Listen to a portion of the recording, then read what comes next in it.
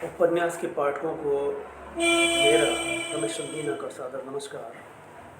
आज हम ऐसे उपन्यास पर चर्चा करने वाले हैं, अमृत संतान। अमृत संतान किसे कहा गया है? उपन्यासकार है गोपीनाथ महांत। ये उड़ीसा के आईएएस रहे हैं और जहाँ जहाँ इन्होंने सेवाएं की, वहाँ के आदिवासियों से संपर्क में आने के बाद ये उपन्यास सामने आता है, अमृत संतान। उड़ीसा के कंद आदिवासी समुदाय पर आधारित 1957 में लिखा गया ये विशालकाय उपन्यास है। इसे बेशक महाकाव्य कहा जा सकता है उड़िया कंद आदिवासियों का। इसमें कुछ 3 गांव उभर करके आते हैं, मल्लपायु, पंदिकार और मणिम टिन्नम गांव। कंद उत्सव धर्मी है, प्रकृति प्रेमी है, बाघ का शिकार होना अनहोनी नहीं मानते और कंद के अलावा 2 आदिवासी और है, बंड प्रजा। ये नितांत जंगली अवस्था में है। औरतें आज भी नंगी रहती हैं। ये न बाघ से डरते हैं न हिंसा करने से। कंद, बंड और प्रजा में सभ्य कौन है, ये सवाल उठता है। और सभ्य है तो कितने, ये विचार नहीं है। यह उपन्यास विशाल फलक पर लिखा गया है। अमृत संतान कौन है, शीर्षक से ही हम चौकन्ने हो जाते हैं। एक बेहतरीन शीर्षक दिया गया है। जिन्हें लोग असभ्य कहते हैं, असंस्कृत कहते हैं, जंगली कहते हैं, गोपीनाथ महंती उनको अमृत संतान कहकर के पुकारते हैं। इसके पीछे क्या राज हो सकता है? उड़ीसा के कंद आदिवासियों को यह विशेषण दिया गया। इस समुदाय की विशेषता है कि समुदाय का मुखिया सामंता कहलाता है। सावंता, पिता के बाद बेटा सावंता बनता है। तो उपन्यास श्रृंखला, उपन्यासों में आदिवासी भारत श्रृंखला में यह तीसरा उपन्यास है। और इसे यह कहें कि इस सीरीज का क्लासिक मान्यता प्राप्त उपन्यास है। चलिए, आज से 10-11 साल पहले लिखी समीक्षा को हम वाचन करते हैं और आप सुन सकते हैं। मैं ये कह दूं कि इस उपन्यास को उन सभी शोधार्थियों को, विद्यार्थियों को, जिज्ञासुओं को जो आदिवासी जनजीवन को कथा साहित्य के माध्यम से समझना चाहते हैं, पहचानना चाहते हैं, तो उन्हें ये उपन्यास उसी तरह से पढ़ना चाहिए जिस तरह से महाकाव्य, महाभारत, रामचरितमानस या रामायण का पाठ किया जाता है। तो चलिए, शीर्षक है गरल पीकर भी जीते। वो है अमृत संतान, जिनके घर से बाहर कदम रखने भर से ही कानून टूट जाता है। कंद आदिवासी समुदाय पर गोपीनाथ महांती द्वारा लिखा वह युगजीत नवलपुरी द्वारा अनुवादित उड़िया का चर्चित व श्रेष्ठ उपन्यास है अमृत संतान। आज़ादी के पहले दशक का एक ऐसा उपन्यास है जिसमें गुलामी से मुक्ति और आज़ादी की आहट के संकेत मिलते हैं। देश जब आज़ाद हवा में अंगड़ाई ले लेकर करवटें ले रहा होता है, तब भी कंद आदिवासी आदिम अंधेरी गुफा में जीवन यापन करते दिखाई देते हैं। उनके जीवन में किसी तरह का बदलाव दिखाई नहीं देता है।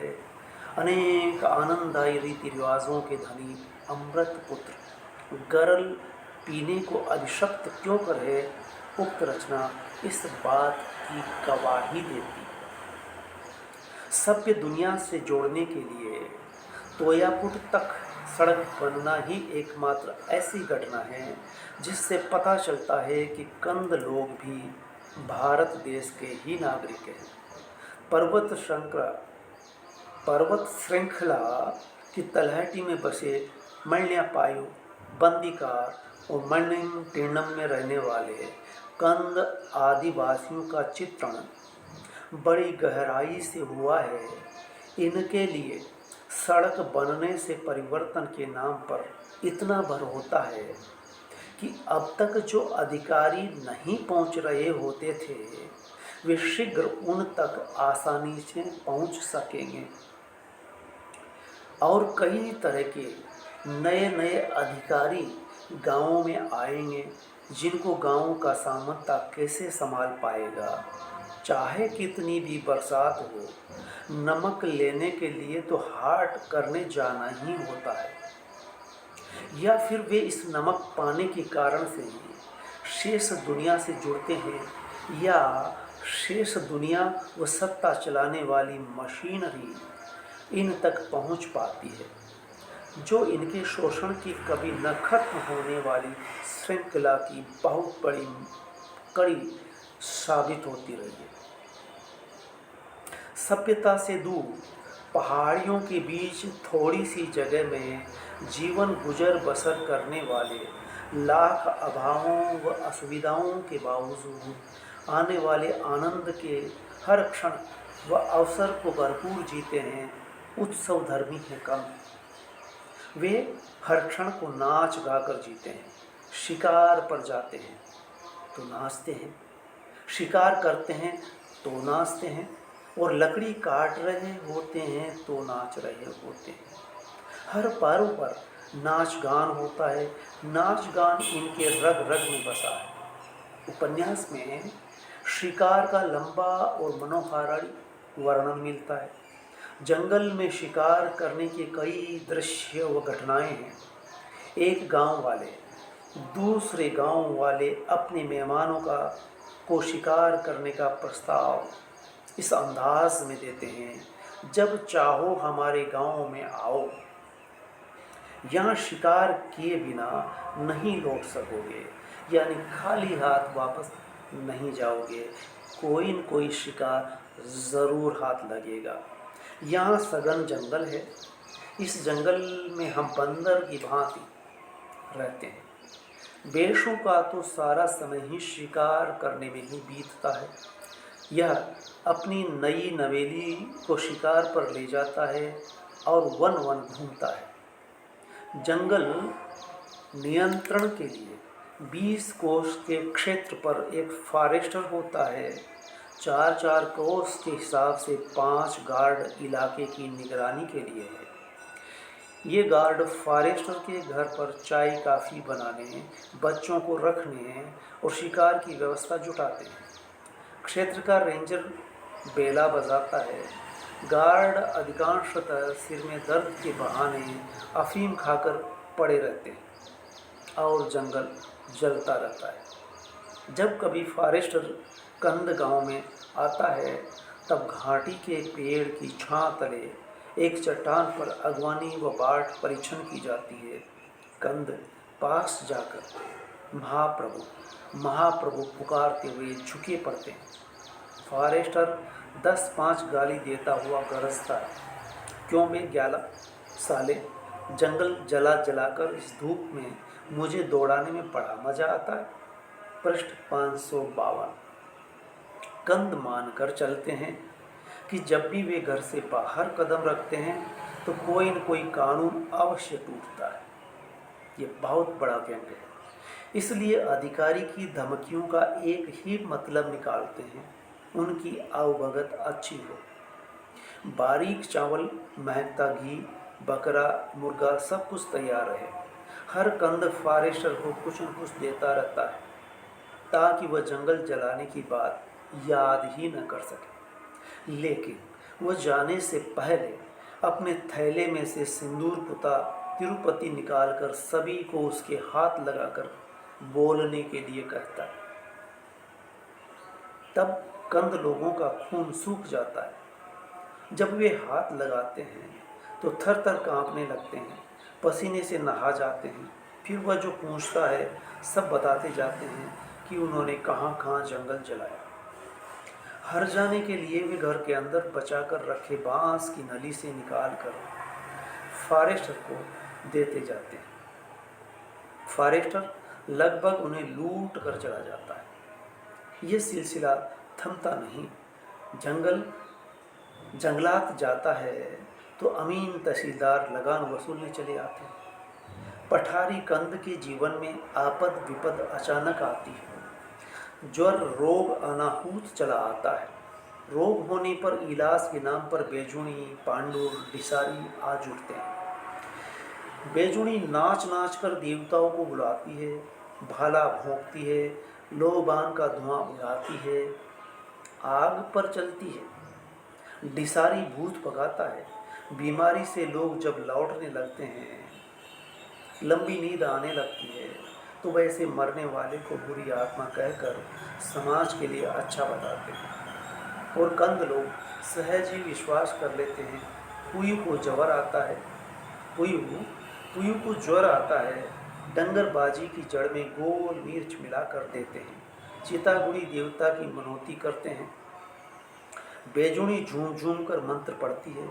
पुयु के बीमार होने पर औरतें आज उठती है और ठीक होने पर ही अपने घर लौटती है। कंद अपने लोगों के दुख में नहीं, सुख में ही सुख मानते हैं। कितना ही घाटा उठाकर भी खुश होने का बहाना ढूंढ लेते हैं और उत्सव में डूब जाते हैं। आदिवासियों में अमूर्त, काल्पनिक और असांसारिक माहौल की सृष्टि के जनक पांडुर, डिसारी और बेजुनी हैं। इनके हाव भाव, आचार विचार और कृत्य भय और विश्वास को बनाए रखते हैं। बेजुनी आत्मा और देवता के संपर्क साध कर आगत विगत को जान समझ लेती है।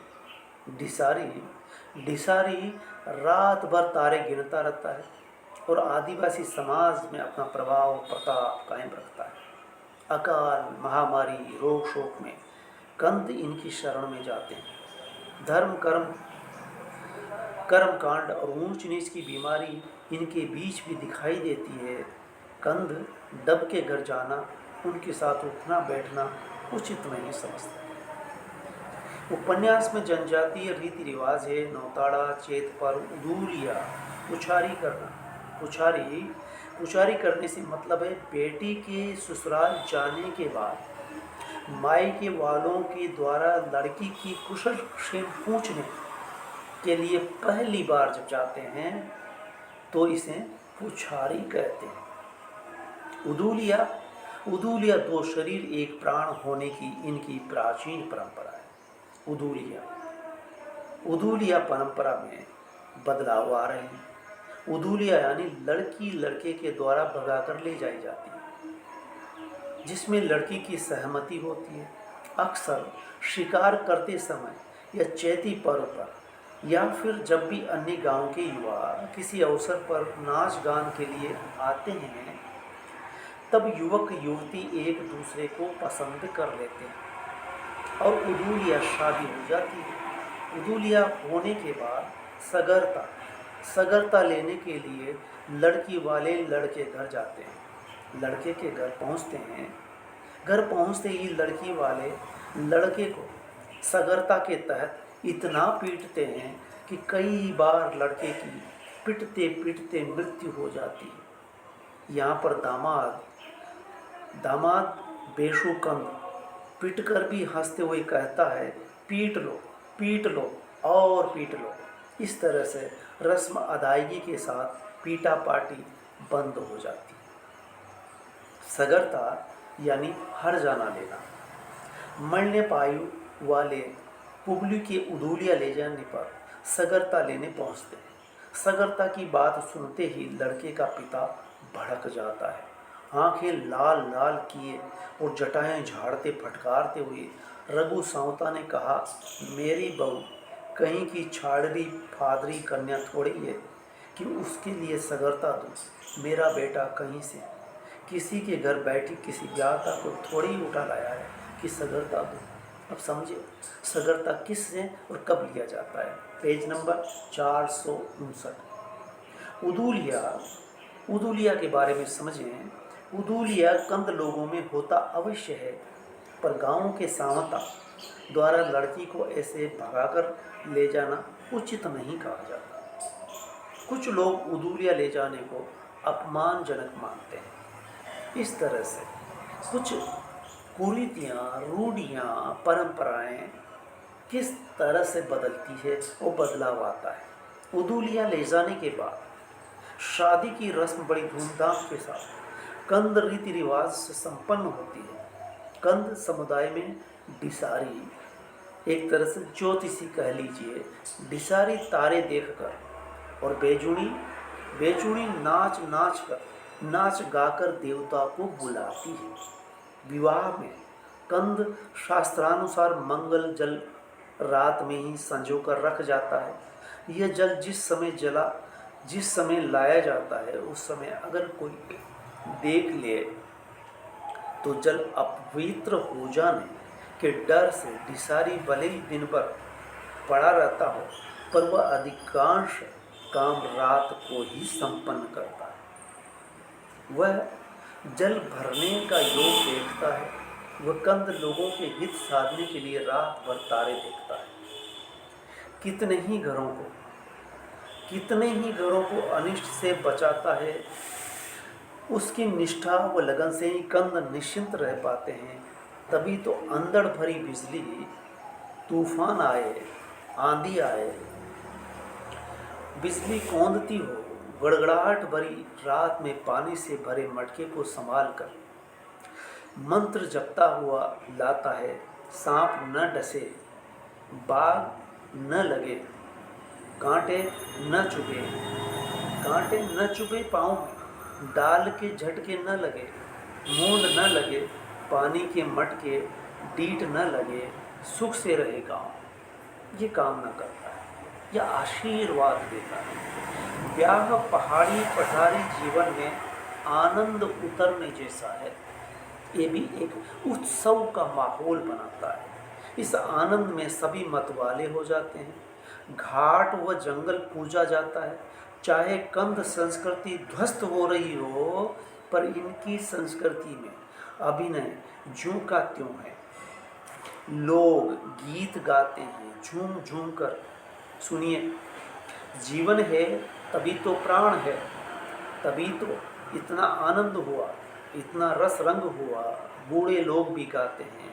बूढ़े का नाच थोड़ी देर, कुटरे का मांस, पाव शेर, टूटा लोहा, घूरे भरे, दुखिया वन वन फिरे।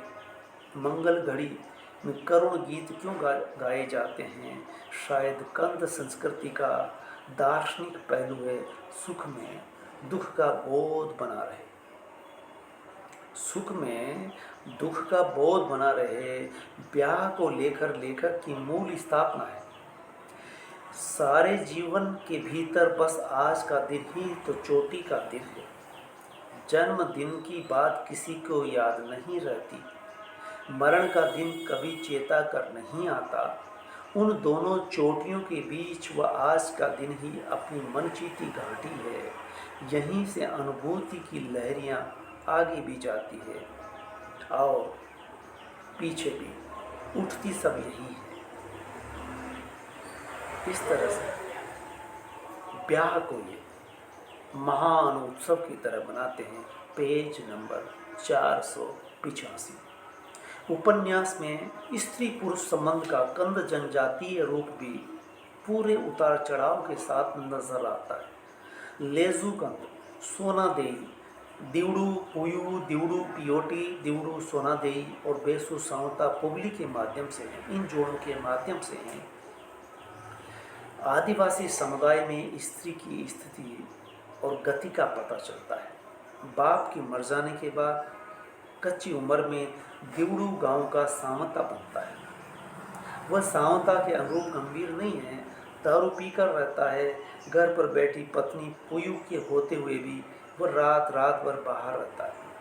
उसके अनुसार अपूयू उसके कदम से कदम मिलाकर नहीं चल पाती, शिकार खेलने नहीं जाती, नाच गान में साथ नहीं देती, बच्चे को गोद में लिए दिन भर काम में लगी रहती है। उसके चेहरे में अब किसी तरह का आकर्षण नहीं रह गया है, इसलिए वह अन्य लड़कियों व स्त्रियों की तरफ आकर्षित होता है। सोना देई के घर तक पहुंचकर भी बाहर से लौट आता है, क्योंकि वह गांव का सांवता है, उसे ऊंच नीच का पता है। किंतु शहर से लौटी पीओटी को जंगल में अकेला पाकर उस पर लट्टू हो जाता है। आदिवासी आम धारणा के खिलाफ वो पत्नी से संबंध निभाने पर मजबूर है, पर वह पीओटी को घर ले आता है। उसे सिर्फ एक बात कहनी होती है, मेरा मन तुझसे राजी नहीं है। 843 पेज नंबर 813। दिवड़ू का चाचा लेजू शर्मिला, दब्बू, आलसी व्यक्ति है। वह अधेड़ होकर भी सोना देई की तरफ आकर्षित है। संबंध बनाने से पूर्व लंबी उवापों से गुजरता है। उसकी पत्नी को बाघ खा चुका है। अब उसकी शादी किसी ऐसी स्त्री से ही संभव है जिसके पति की मृत्यु बाघ के बिना माघ के खाने से हुई हो। गौर करें, कुबली और बेशु के संबंध में आदिवासी रंग, जिंदा दिली और जीवंतता से भरपूर है। आदिवासी स्त्री महज उपभोग की वस्तु भर नहीं होती, वह अपनी अस्मिता को बनाए रखने के लिए पुरुष के कंधा से कंधा मिलाकर चलने वाली पुबली जैसी भी है, तो घर में बंद रहकर घुट घुट कर जीने वाली दिवड़ू की पत्नी है पुयू। पुयू भले ही पति के सामने दब कर रहती हो, पर विकट परिस्थिति में भी आत्महत्या के विचार को ये कहकर वापस करती है, ये काम तो मैदानियों के, शहरियों के हैं। पुयू अपने पति को दूसरे के साथ हंसते नहीं देख पाती। दूसरे के आ जाने पर वह मन मार कर नहीं रह सकती, इसलिए वह घर छोड़ने का निर्णय ले लेती है। दिवड़ू जैसे कथित सांवता बने आदिवासी युवक अपनी पत्नी को बाहर की दुनिया से काट कर घर में कैद कर रखने पर दूसरी ले आने के पीछे पुरुष की सामंती मानसिकता ही झलकती है। नपुंसक बालमुंडा एक पात्र है, बालमुंडा जो नपुंसक है, उसका चित्रण है। उसकी पत्नी सोना देई का छोटा सा विद्रोह भी है कि उसके पास लेजू कंद भी आ सकता है और दिवड़ू सांवता भी। रचना में डब जाति का कोई चरित्र उभर कर नहीं आता और कंद समुदाय भी ने अपने से निम्न मानता है। डब जाति और कंद जाति, इन दोनों में ऊंच नीच दिखाई गई है। सांवता का भाई जिसकी बीवी को बाघ खा जाता है।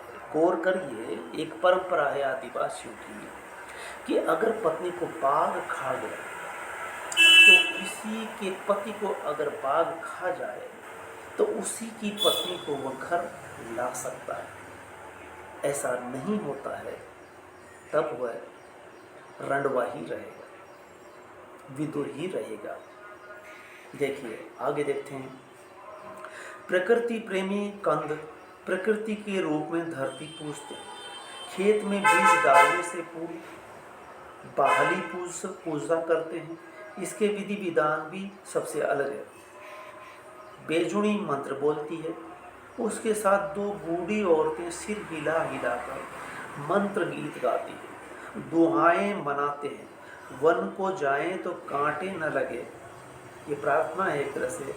वन को जाएं तो कांटे न लगे, ढोर न मरे, डंगर न मरे, बेजुनी सभी 12 मासों वो नक्षत्रों के नाम लेकर गाती है।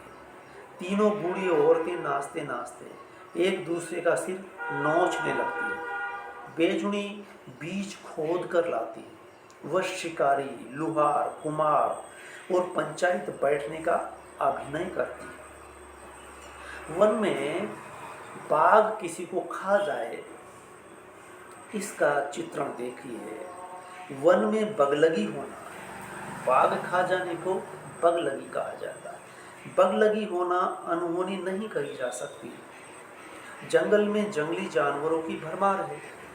जंगल वासियों को सभी तरह के भय से मुक्ति दिलाने वाली बेजुड़ी को बाघ घसीट कर ले जाता है। विडंबना देखिए कि जो बाघ से बचाने का दावा करती है, समुदाय को डर भय बीमारी से दूर करने का दावा करती है बेजुड़ी, उसे बाघ घसीट कर ले जाता है।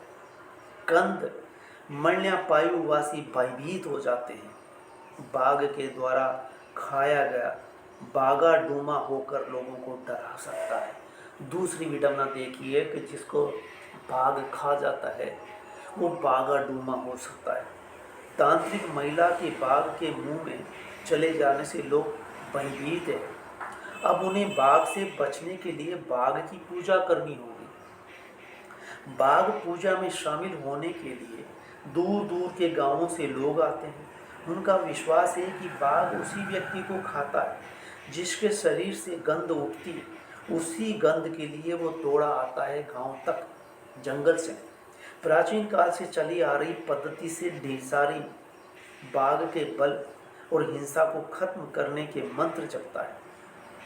लोग हल्ला मचाते चिल्लाते हुए बोलते हैं, बाघ देवता, बाघ देवता, बाघराज, तू अपने वन देश में ही रह, जहाँ से आया था वहीं जा। फिर कभी नरमांस मत खाना, कील ठोक दी, अब फिर कभी इस ओर मत आना। Page number 719। मालकान पहाड़ पर रहने वाले बंड प्रजा आदिवासी। अब दूसरे और पिछड़े जंगली आदिवासी जिसे डब बंड प्रजा कहा है, ये मालकान पहाड़ पर रहते हैं। कंद की तुलना में अत्यधिक पिछड़े हैं। बंड प्रजा असभ्य नितांत जंगली कहलाते हैं।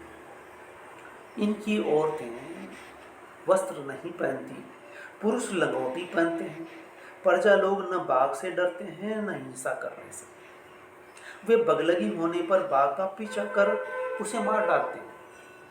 अगर बाघ ने किसी को खा लिया तो उस बाघ का पीछा करेगा गांव लोग मिलकर उस बाघ को एक तरह से शिकार कर लेते हैं, उसे भून कर खा जाते हैं। ये और सुनिए, फिर बाघ कभी मुड़कर भी नहीं देखता अगर बच गया।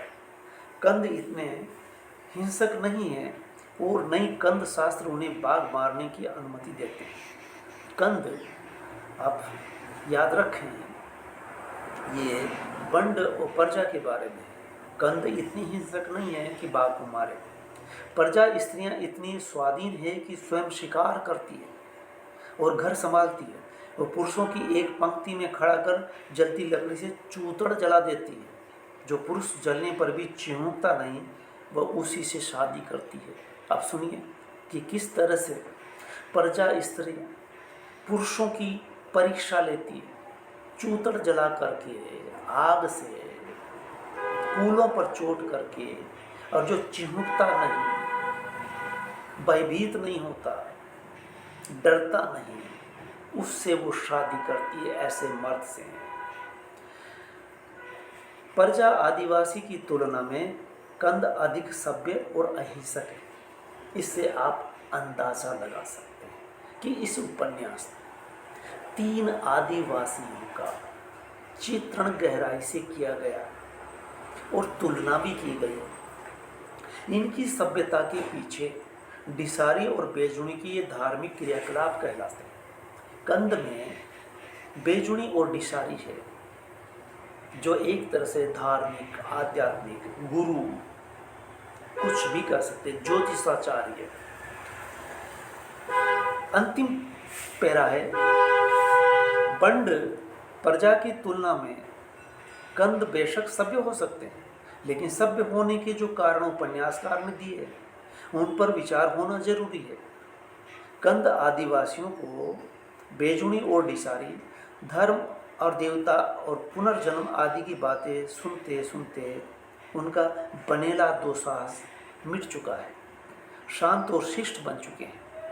बेजुनी और डिसारी किसी भी समाज में अंधविश्वास को जिंदा रखने के आधार है। पांडरू डिसारी जैसे कर्मकांड को फैलाने वाले धर्म के नाम पर समाज को गुमराह करने में महती भूमिका निभाते हैं। धार्मिक कर्मकांड, तंत्र मंत्र तभी तक चलते हैं जब तक समाज अशिक्षा के कोने में लिपटा है और ये सारे आदिवासी शिक्षा से दूर है। समाज को शिक्षित करके ही समाज बनाया जा सकता है, सभ्य किया जा सकता है, न कि धार्मिक आंड बारों से। डब लोगों को लग सकता है कि उनके यहाँ कंधों की तरह ढोंग करने वाले न होने से वे पिछड़े व असभ्य हैं, यानी जो प्राकृतिक तौर पर जी रहे हैं उन्हें हम कथित सभ्य लोग असभ्य कहते हैं, जबकि बात कुछ और है। सभ्य होने के लिए वास्तव में शिक्षा की रोशनी की आवश्यकता है, तकनीकी की आवश्यकता है, औद्योगिकरण की आवश्यकता है। आदमी तार्किक होता चला जाता है, धार्मिक अंधविश्वासों से मुक्त होने लगता है। तो शिक्षा की रोशनी अगर फैलेगी उस समय में इस समाज का पहुंचना इनके लिए सपने जितना ही नामुमकिन था। माना कि ये सच है कि पिछड़े इलाकों में आज़ादी की आधी से अधिक सदी गुजर जाने पर भी समुचित शिक्षा की व्यवस्था नहीं हो सकी है, फिर भी साहित्य समाज के लिए रोशनी का एकमात्र माध्यम है और इसी माध्यम में शिक्षा की बात न होना समझ से परे है। अशिक्षा के अंधकार में डूबे कंद, बेजुनी और डिसारी के कृत्यों से ही अगर सभ्य हो रहे हैं तो पाठक समझ सकते हैं कि सभ्यता के उनके क्या मापदंड हैं। विशाल फलक पर लिखा होने के बावजूद कथानक में किसी तरह का झोल पाठक को महसूस नहीं होने देते। ये उपन्यासकार गोपीनाथ महंती की खासियत है। आरंभ से अंत तक पाठक को बांधे रखने में ये उपन्यास सफल रहता है। इस तरह से ये उपन्यास की समीक्षा थी। दो बात मैं और कह देना चाहता हूँ कि जो भी श्रोता पाठक इन वीडियो से गुजर रहे हैं, आप सभी में ये पाएंगे कि कुछ खासियत आदिवासियों की क्षेत्र विशेष के होने के कारण विशिष्टता और अनूठापन लिए हुए हैं, लेकिन इसके बावजूद सभी आदिवासियों में